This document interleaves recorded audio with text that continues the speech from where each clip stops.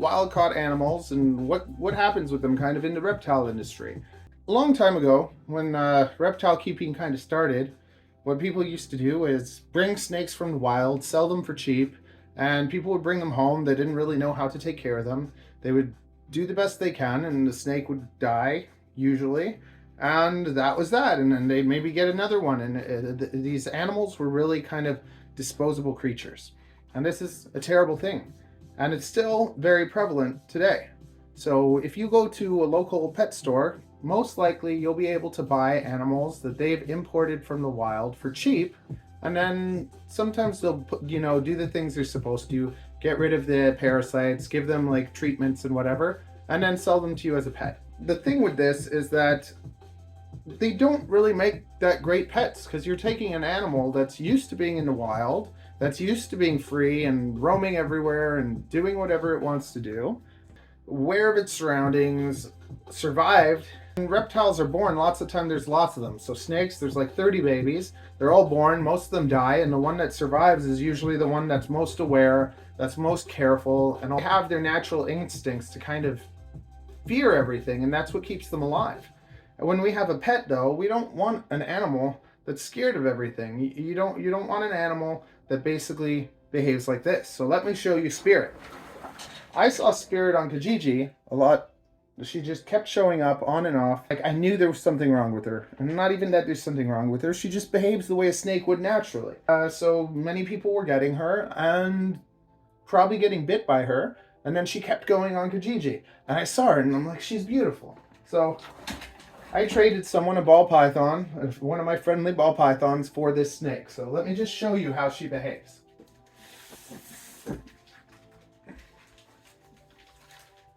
This is Spirit, and she's beautiful. But now, just listen, okay? Like, you see that? Like, she's I can just pick her up like it's nothing, but she's kind of trying to get away. She's tense, and she's wondering what's going on. So it's hard to maybe show you, but she is tense. She's looks friendly, but if the wrong person was to hold this snake, she would probably nip them, and she's not relaxed right now. She's kind of curious. She's wondering what's going on. She's not mean or anything, but her whole body is tense, and this is not the type of animal that you really want as a pet, because she's going to be scared of you all the time. She's going to musk you probably. She'll nip you sometimes, and she'll be running away all the time. Is she beautiful? Yeah, she's beautiful. But just because she's beautiful doesn't mean that it's good for you, right? And I can do this. But see that? Like, if she was handled from the time she was born and the time and care was put into her, she would be a sweetheart. She wouldn't be like this. And let me show you another. So I don't know if she's wild caught or if she would just never handled, because rat snakes can be a little bit more feisty. But if you handle them a ton when they're babies, you can make that go away. And even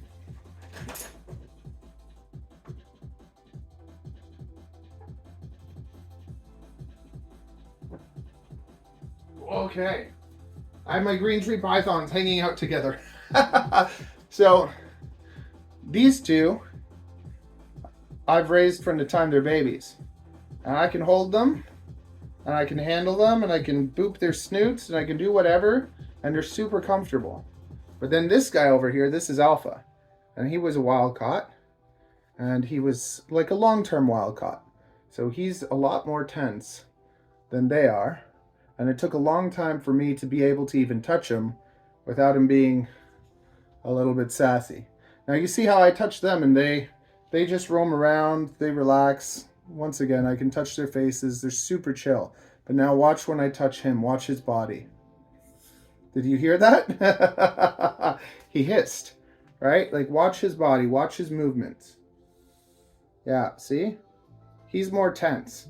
Like, he's stiffening up, and he's not as friendly as they are. He's still handleable now for me, because I put in time and I worked with him, but he's a lot more, like, you see how they are? They're totally confident and curious and looking around, and that's kind of how you want your pet snake to be. You don't want to have a snake that's hissing at you and scared that if you do the wrong thing, you'll get nipped. But these guys, these green tree pythons, they're as tame to me as anything. I can reach in at night, I can play with their faces, I can touch them, and they're as sweet as any other snake. But lots of the time these have a bad rep because people don't handle them when they're babies or because they're wild caught.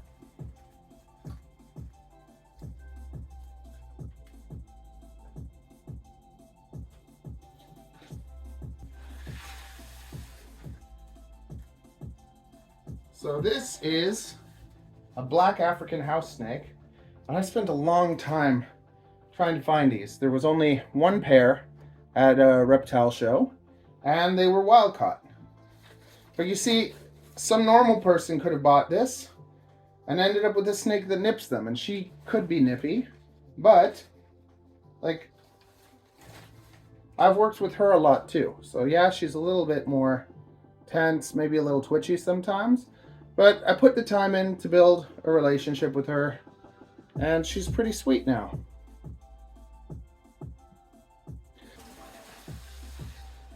But now, when I take one of her babies, which is a captive bred, so first generation captive bred, and show you, see, now we have captive bred babies that I've got eating nicely, that are pretty friendly and sweet, that you can take home as a pet and have such a better experience than if you were to buy the mother or any of those other wild-caught animals.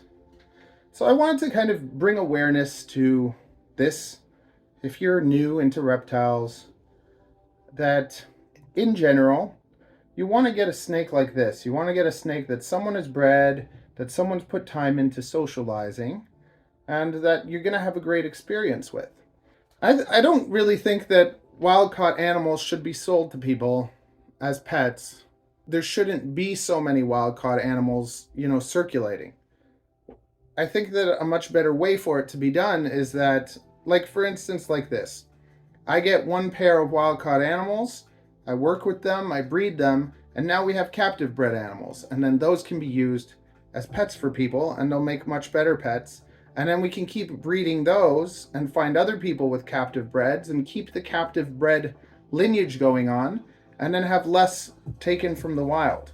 Because the ones that get taken from the wild, when they don't have a good experience and everything, they end up dying. And so many animals have died this way.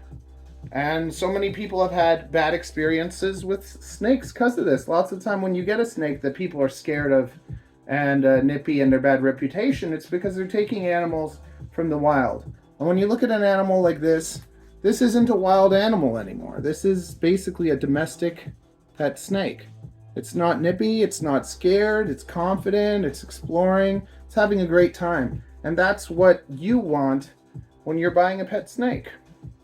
So that's really what I think should be done. I think that people should really clearly know what animals are captive bred, what animals are wild caught, that they shouldn't just be displayed as just great pets for people. And that maybe, as a breeder, you see something that is very rare, like the black African house snake, which is ridiculous because these things breed so easily, but these are like probably the hardest snakes to get to eat that I've had. Like, some of them took me almost a year to get eating properly. But they're amazing animals, and I know that that's why they're probably not being bred as much, because it's hard to get them to eat. When you go to the reptile shows, there's people that even have booths there, and they're selling all wild-caught animals. I just want to make the public a little bit more aware of that.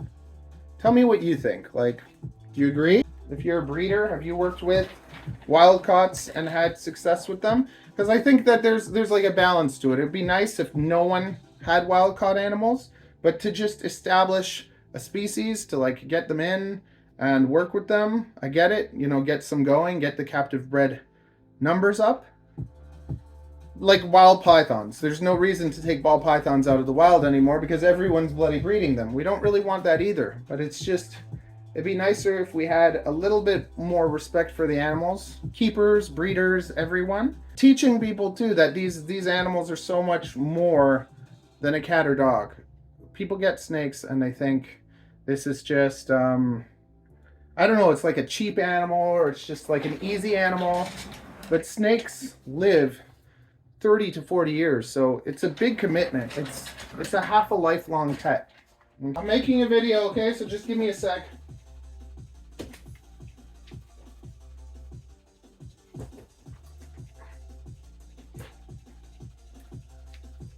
So look at Sophie here. Sophie's a captive bred, and I've had her for over 10 years.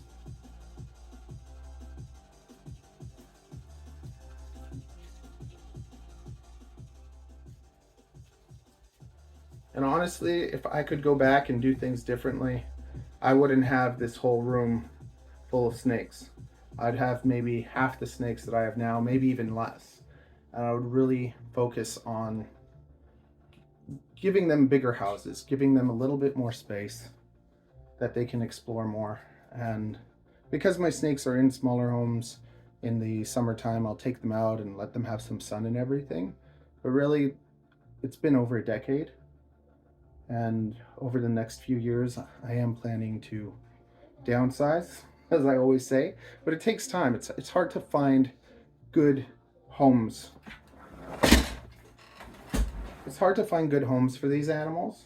It's easy to just, you know, sell them off, sell them for cheap and get rid of them, but that's not what I want to do. And I think as keepers and reptile breeders, that should be thought about more. You should really think about giving your snake the best home you can give it and selling your baby snakes to people that are actually going to take care of them and respect them and treat them like friends. You wouldn't put your friend in a box, right? And so they deserve more. Like, look at how amazing Sophie is. She's over 10 years old and she's been an amazing pet. She's lovely. So many people are not afraid of snakes because of Sophie. And we have a good time. We go on adventures. She's been in movies and music videos and all sorts of stuff. And she's totally comfortable around people and noise and whatever, because from the time she was little, I raised her well. So really, you want a baby that ends up like this. And you get that if you buy from a breeder that puts time into their animals. So everyone that gets a snake from me ends up with an experience like this. Long-term review. So he took a snake home. Tell us all about it. I got my little Boa, a yearling. His temperament is beautiful. He's loads of fun. My son loves him and he's eating well. And it's been a great experience. Wonderful. Very good.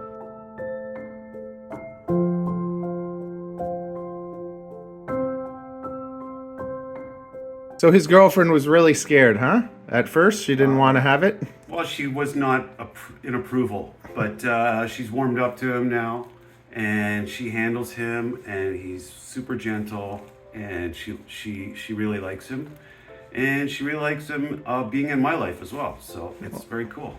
So the experience has been a good one. Totally positive experience. Wonderful. If you're in Canada and you're looking for an awesome pet, I've updated some of my snakes, so there's some new ones on the website. We had a really cool litter, and they're all up. You can check that out. Thanks for hanging out and saying hello, and I'll see you next time.